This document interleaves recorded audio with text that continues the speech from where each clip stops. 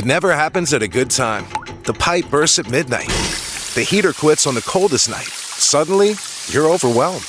That's when HomeServe is here. For $4.99 a month, you're never alone. Just call their 24/7 hotline and a local pro is on the way. Trusted by millions, HomeServe delivers peace of mind when you need it most. For plans starting at just $4.99 a month, go to homeserve.com. That's homeserve.com. Not available everywhere. Most plans range between $4.99 to $11.99 a month your first year. Terms apply on covered repairs. Hey listeners, this is Peter and welcome back to the History Shorts. Today's episode is brought to you by the Podcast Republic, your ultimate listening app. Discover and subscribe to thousands of podcasts from around the world. Download Podcast Republic today, available on Google Play and the Apple App Store. Today on History Shorts. In March of 415 AD, a woman was pulled from her carriage on the streets of Alexandria. She was then dragged into a church. She was stripped. She was then killed by a mob using roof tiles and oyster shells, and her body was burned in the street. She was one of the greatest mathematicians and philosophers of the ancient world. Her name was Hypatia, and her murder was not a random act of violence. It was the inevitable endpoint of a collision between forces that had been building for years: religion, politics, and power in one of the most volatile cities in the late Roman Empire. Our history brief today returns to They Never Said It by Paul F. Bowler Jr. and John George.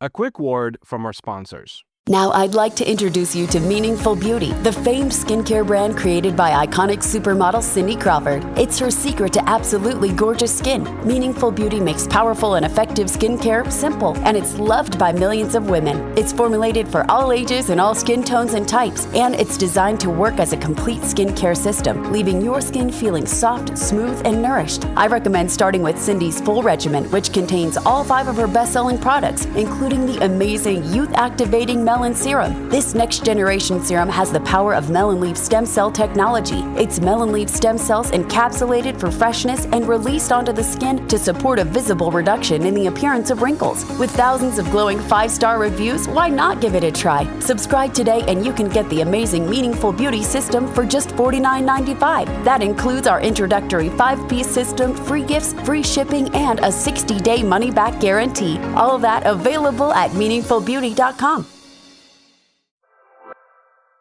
This day in history. On April 11, 1968, President Lyndon Baines Johnson signed the Civil Rights Act of 1968. On April 11, 1917, Apollo 13 launched into space, a mission that would soon face a life-threatening crisis in space, but ultimately become a story of survival and ingenuity. Story of the day. Alexandria in the early 5th century AD was a city of contradictions. It was still one of the greatest intellectual centers of the ancient world, home to scholars, philosophers, mathematicians, and scientists who carried on traditions stretching back to the city's founding by Alexander the Great 7 centuries earlier. But it was also a city under enormous tension. The Roman Empire had officially become Christian under Constantine in the early 4th century. By 415, Christianity was not merely a state religion, it was the dominant cultural and political force in the empire. And in Alexandria, the transition had been anything but peaceful. The city's large Jewish population, its remaining pagan intellectual community, and its increasingly powerful Christian majority existed in a state of barely suppressed hostility. Riots were common. The destruction of pagan temples and Jewish synagogues had already occurred. The city was a pressure vessel, and into it walked Hypatia, or rather, had been born into it, I should say, and then refused to leave. Hypatia was the daughter of Theon of Alexandria, himself a distinguished mathematician and astronomer. She was educated by her father and surpassed him shortly thereafter. She became the head of the Neoplatonist school in Alexandria, teaching mathematics, astronomy, and philosophy to students who traveled from across the Mediterranean to study under her.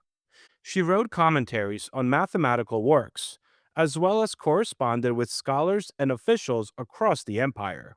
She was, by any measure, the most prominent intellectual in Alexandria, and one of the most prominent in the entire late Roman world. She was also a pagan.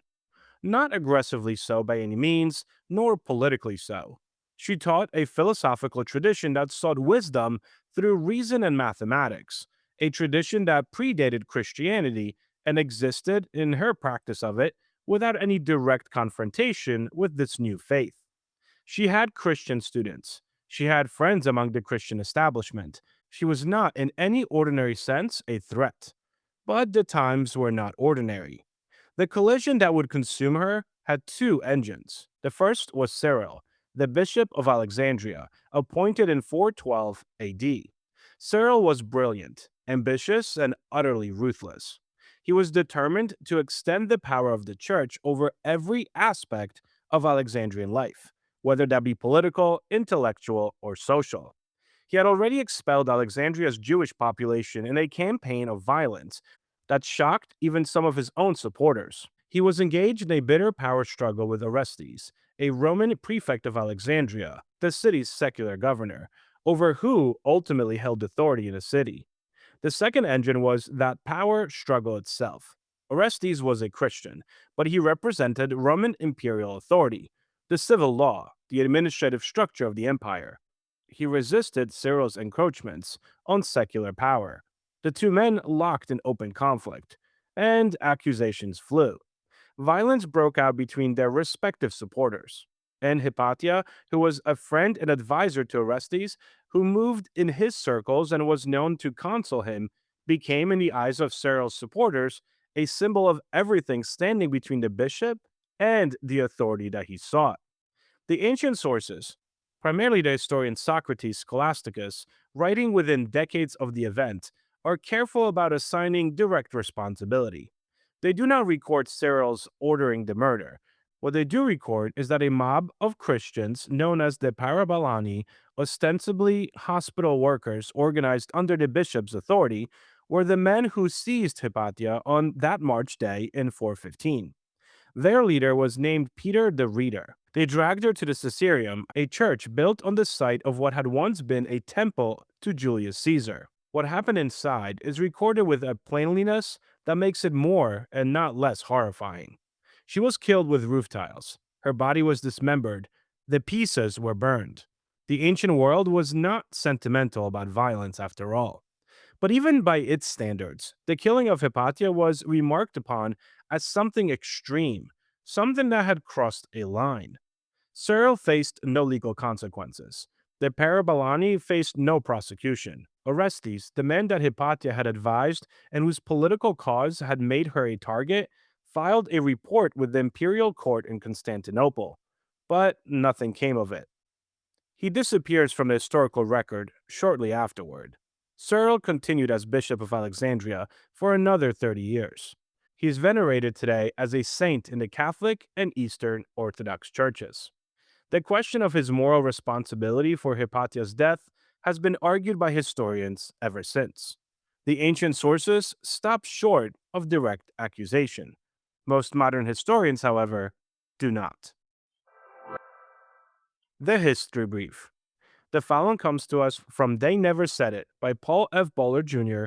and John George. Nikita Khrushchev. American liberals are too liberal to fight. In an interview in New York in September of 1962, after returning from a 10-day visit to Russia, poet Robert Frost told reporters that Khrushchev said American liberals were too liberal to fight. Frost's statement was then quoted by John A. Stormer in Non Dare Call It Treason from 1964, and by other right-wingers in speeches and publications. But there is reason to believe that Frost's statement wasn't entirely accurate.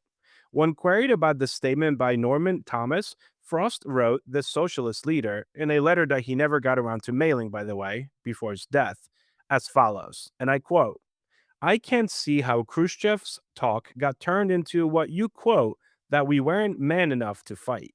I came nearer than he to threatening.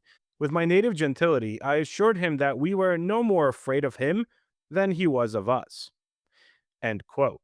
He also said that during the conversation, Khrushchev quoted either Gorky or Tolstoy when he said that there was such a thing possibly as a nation getting like the bald-headed row at a leg show, so it enjoyed wanting to do what it could no longer do. End quote.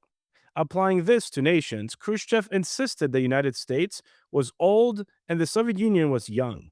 Frost apparently transformed this comment into the remark about liberals, that American liberals are too liberal to fight.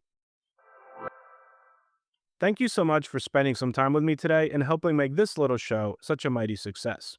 If you are enjoying this show and would like to help with its production, you can always donate a few dollars at buymeacoffee.com or become a Patreon member to enjoy these episodes ad-free.